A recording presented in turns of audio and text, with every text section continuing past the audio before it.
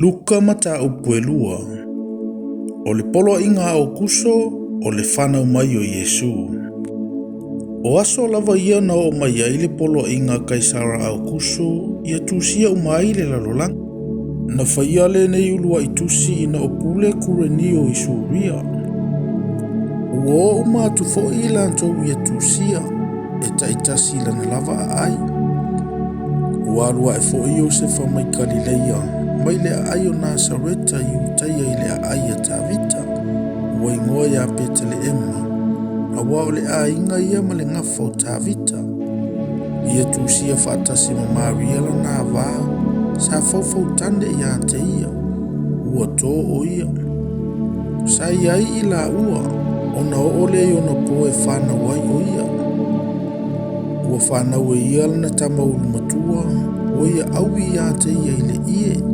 Ma whata oto ia te ia i le whaipovi. A wala tau te le ofi le whale tali ei malo.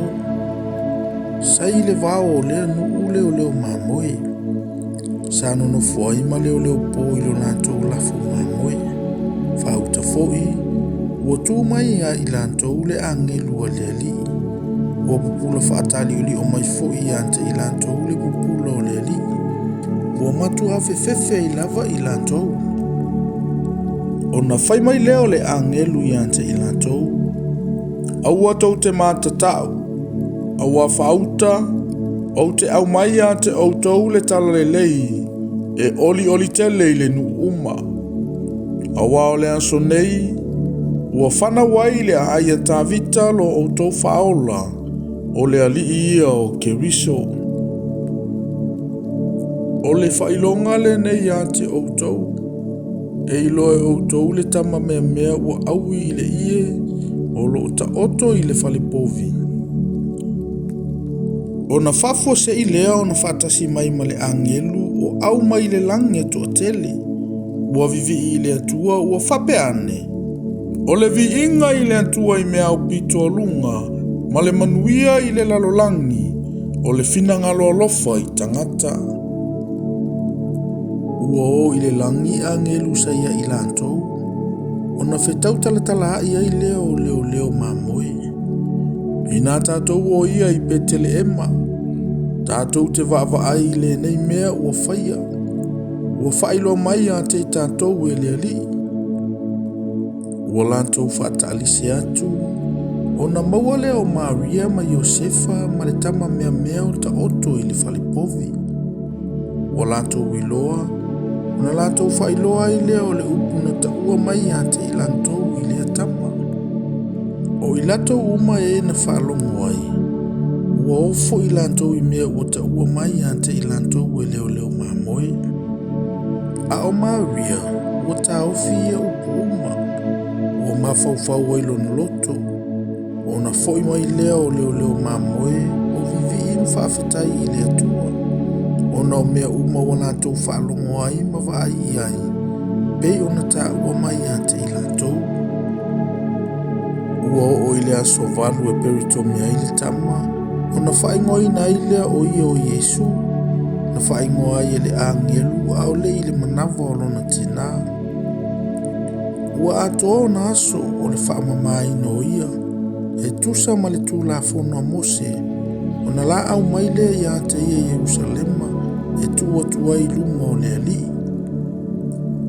Pei o na tusia i le tūlafono o le ali. O tamatane uru matua umai ta ua i lantou e pa ia mo le ali. E avatu fo i le taulanga, pei ona whai mai ai le tūlafono o le ali. O le ulunga manutangi, po o tamai lupe lua fua. Whaauta foi, sa Jerusalema le tangata i ngoi a Simeona. O le tangata a miotonu o ia ma le matau i le atua. Sa whaatalitali atu o ia i le whaamawhanawhana ina o Israelu. Ua ilunga ia te ia le nganga pa ia. Ua iloa e ia i le nganga pa ia. E le o ia te ia le o tise ia mua iloa atu le Keriso o le ali. O le nganga ua aluai o ia i le malu. Ua au mai le tamo o Yesu e ona matua. Ia la whaia ia te ia whapei ona te tau i le tūlafono. Ona sapaia le ia i ona 5, ua whaafetai antu i le antua, ua whape antu. Le ali ie, e te tuina atu nei lau au na ialu ma le manuia. Pei o lau wa fionga, awa ua iloa e umata le whaolatanga mai a te oe, ua e saunia i lumonu malava. O le malamalama e wha malamalama inu ese, ma le mamalu o lo nu o Israelu. Ua ofo lava i o se whamalona tina i mea wata ua i a te ia. Ua whamanu i antu se meona i a te ila ua. Ua whai atu fo i a Maria lo na tina. Whauta, ua tu ule tamanei, e pa uai matoi tutu wai tangata e toa tele o Israelu. E whai fo i mawhailonga e whaaleanga ina, e tuia fo i lo lava loto i anti i le pelo. Ina ia whaalia mai ai manatu o loto tangata e toa tele. Sai ai le perofeta whawhine o Ana, o le awhawhine o Fanuelu, o le itu a inga o Asera. Ua lo matua ia, sa lana no fomalana tane talu ina o taupou. Ua o ilona fitu o tausanga, o ia fo i le whawhine no fufua. Pe anto ona tausanga e valunga fulu ma le wha, e le ialu ese ia i le malu malu. Au no ia i le atua i anapongi, ma talusanga, i le ao ma le pō. O lea lava i tu aso, ua sawai o ia ua whaafetai atu i le alii. Ma tautala i ante ia i tangata umalava e na whaatali atu i le tongiola i Jerusalema.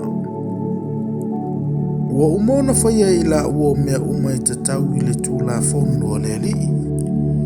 Ona foi atu le i Galileia i la ua ai o Nasareta. Ua tupu le tama, ma ua malosi lo na loto. Ua tumu i le poto, o ia te ia fo i le alofo o le atua. Ua o Jerusalema o na mātua i le tausanga ma le tausanga i le tausaminga o le Paseka. Ua o iona tausanga i se fulu ma le lua. Ona o ae leo i lantou i Jerusalema, e tusa ma le tu o le tausaminga. Ua mawai o na aso, ona foi mai leo i la ua. A ua nofo le tamo i Yesu i Jerusalema. Ai le iloa i o se whamalona tina. Whaate i la ua o i le au malanga o ia. Ua la pōtasi i le ala, na la sa ili le ia te i ilo la a inga mai e na la tū masani. Ua le ilo o ia, na la fo ia tule i Jerusalema, o sa ili ia te ia. Ua mawaya so e tolu, o na la maua ile o ia i le malu malu, o nofo i totonu le awa wao. O lo whalongo longo ia te ilantou, ma tau fesili ia te ilantou.